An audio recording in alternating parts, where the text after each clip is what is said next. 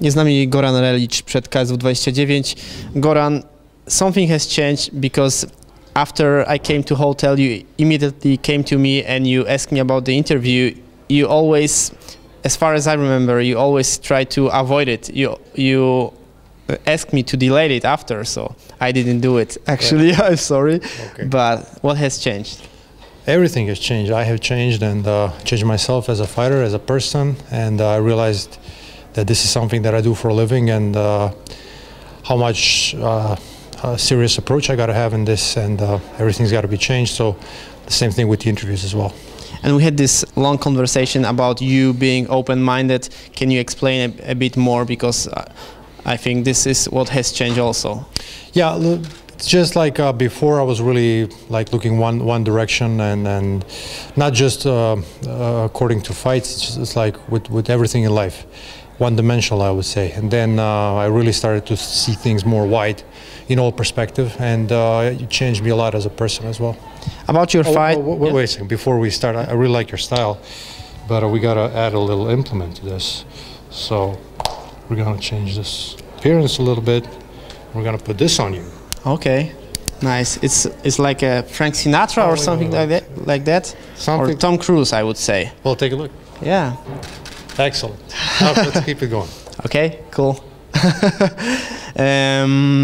About your fight, you had we were few minutes after the open media training, and you seem to be much more energized than usual. Yeah. And you told me how much healthy you are. So can you explain more? Well, I changed really everything drastically. You know, from just my whole life has changed, and like I really realized how much I love this sport, how passionate I am about it, and I just came to a point where I realized that there's nothing in my life, there's nothing else in my life that I want to do but this, you know. And you know, you have a bunch of people working shitty jobs where they're not happy with what they do. You know, they come home from work. I see people in Croatia, they do two works, you know, husband and a wife to raise two kids, you know, for small salary. You know, they do that and they fight their way through life. And then I looked at my life and I said, like, you're blessed. God blessed you with all this talent that you have, and I really think you should appreciate it more. So that's why now I'm really thankful to everything that I have and to all the talent that I possess. And I just decided to put a hard work into it also, because without hard work, the talent means nothing. So, you know, I really sacrificed everything in what you call normal life, and just dedicated to this. And Tomasz Narkun, your opponent, 9 victories, 9 submission. I guess there's no mystery in what he's gonna try to do. No, absolutely not. But here's the thing, like, I've been studying his game a lot, I've been studying him a lot, and every single time when I see him, I see a different Tomasz Narkun. I see a better Tomasz Narkun. That's true. I see a better grappler, I see a better wrestler, I see better stand-up. So I wouldn't be surprised if he tries to do anything different this time, you know. But that's the thing, I'm really ready for everything that he brings to the table. And also, being aware of that made me train with the best, you know. I packed myself and I went to train with Mini Magalas, who is a world ADCC champion, and he's a better grappler than Tomasz Narkun. And I'm really happy with the outcome of those sparrings. And I train with better wrestlers than Tomasz Narkun, better strikers than Tomasz Narkun. So yeah. That's one thing that I really wanted to make sure that I suffer a lot, and you know, just to face people who are better than him in every single aspect of the game. And about the stand-up aspect, I was looking at both of you guys at the open media workouts, and what I've seen in your striking was very dynamic, very loose, and his striking was more strength. What I mean is, maybe he doesn't punch more powerful, but he used more strength. So I think it's against him. Did you notice this? No, I'm not a pro, so I hope I'm gonna not offend him. No, I pay no attention to it, because, you know, open workout is open workout, right? It's not realistic.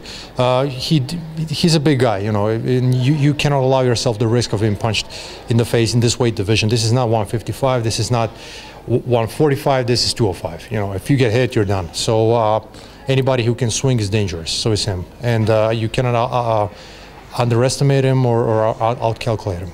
And you trained for this in Germany, in USA, so this is what you're gonna be, the citizen of the world? I guess so. Yeah, I have a problem right now when people ask me, "Hey, Goran, like, where do you live?"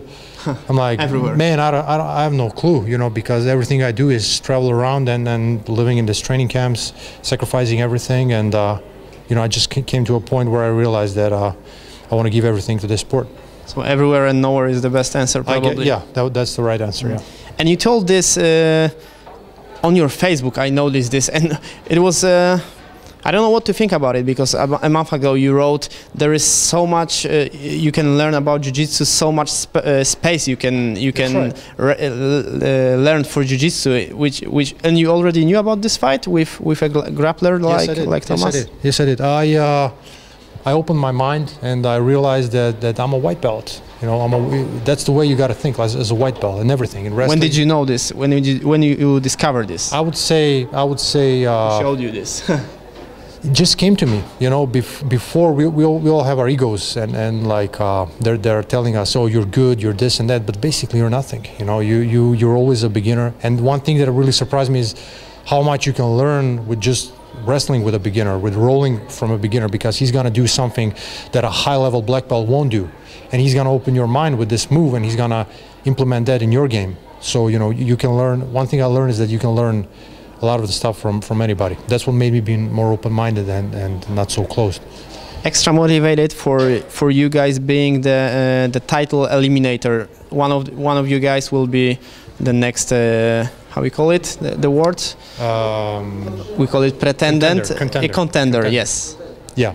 Well, definitely a big motivation. I fought for the title already. I lost, and I really want to fight again. Cool. So thank you very much for the glasses. I was actually looking for those kind of glasses. I have more sport glasses, but those one I always wanted to see myself. I will see at the picture. So thank you very much. Good luck. Thank you. Thank you.